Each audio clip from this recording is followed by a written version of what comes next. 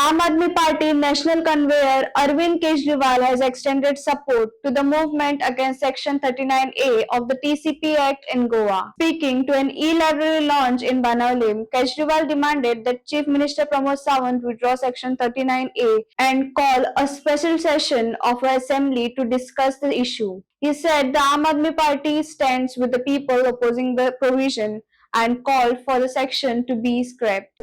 I also take this opportunity to lend my support to a very big movement which is going on in Azad Maidan these days.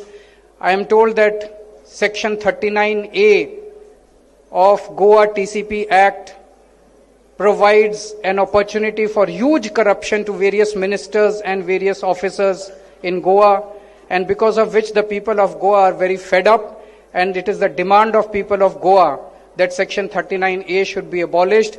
I make an appeal to the Chief Minister of Goa that this section should be immediately abolished. Even if they have to call a special assembly session, they should call a special assembly session and they should abolish this particular section, and I lend my support to this movement.